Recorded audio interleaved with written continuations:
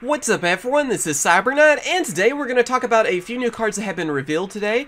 We have a new, kind of like a draw engine card really, it's like a new supply squad. Of course it does something else, but it kind of goes with that lore.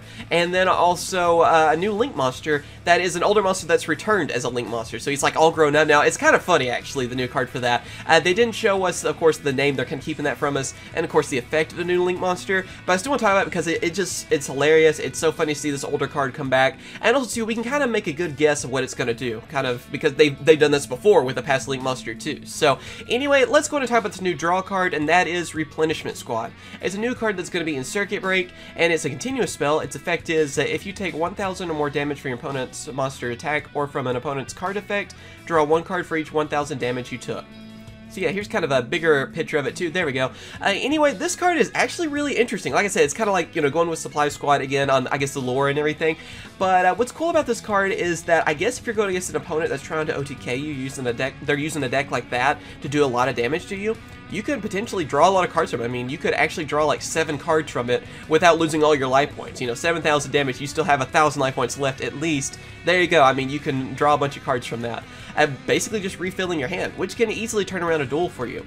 The only thing is, obviously, it depends on your opponent. It's a card that really depends on your opponent. So in most decks, I feel like it's not going to be good to go against them. Again, possibly something that OTKs, let's say they mess up the OTK and you're still surviving with a couple life points left or something.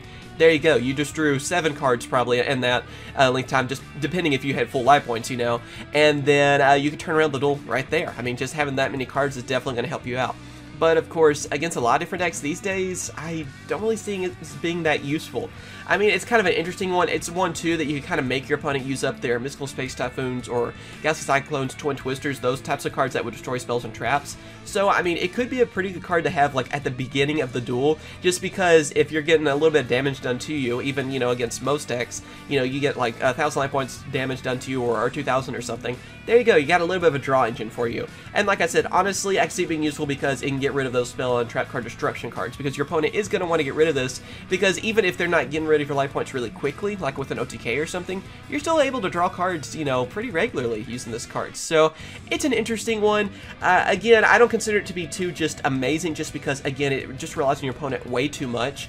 If it was just like, just damage at all, like even your own damage, it would be just insane then. But of course, since you're kind of just waiting on your opponent to make it work, yeah, I mean, it's an okay card. It's an interesting idea, and I kind of wonder if it could be useful in the future. But really, it kind of seems like one of those that could be kind of a fun kind of troll card. I feel like being used in those kind of decks. But honestly, I don't think it's going to be like a staple or anything like that. But pretty interesting, though. I like what they're going with on it. Alright, and of course, now moving on to our other card that has been revealed. This is the brand new Link monster, and you may actually recognize this card. Evidently, he's all grown up now. It's Starboy. But, of course, now we don't know his new name for this one. It was originally Starboy. I guess now he's grown up. I'm hoping it's, like, going to be Star Gentleman or something. I know someone else said that. I think it was on Facebook I saw or something. But seriously, he's like Mr. Peanut, evidently, with this. Has a monocle, has, like, a top hat, has a cane, and he has a mustache, even. So, evidently, he's all grown up now. I think it's hilarious to see this card kind of come back in, like, a new form. But basically, the only info that we have right now is, obviously, we know it's going to be a water attribute monster, a Link monster. Of course, we know the Link points are right here. And then it's going to have 1,400 attack, and then the Link of 2. So that's the only info we have. They're kind of keeping that name hidden from us for now. Maybe we'll get it like tomorrow or something. And of course, we don't know the effect. But basically, from what we've seen before, this isn't the first time we've seen an older card come back as a Link monster. Because, what was it, Mindless Radiant? Yeah, that was the other one.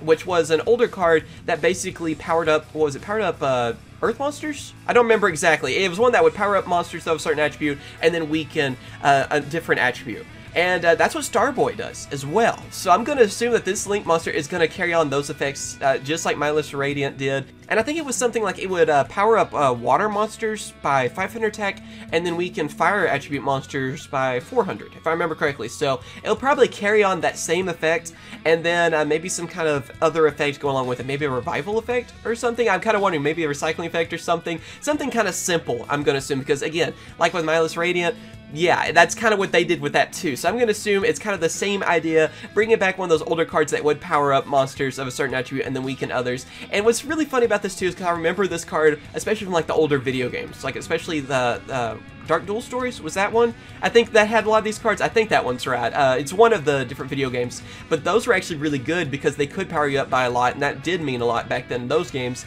And then just run over your opponent actually weaken a lot of their cards too. So this actually seems pretty interesting. I mean, I can't wait to see what it's going to do.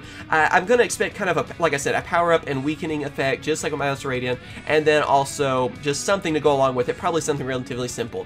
Not saying it's going to be anything just amazing, but it is fun to see an older card return, and like I said, I mean, I need this card anyway just because of the artwork. Honestly, Starboy is all grown up, top hat, mustache, monocle, and a cane, or walking stick, whatever you want to call it.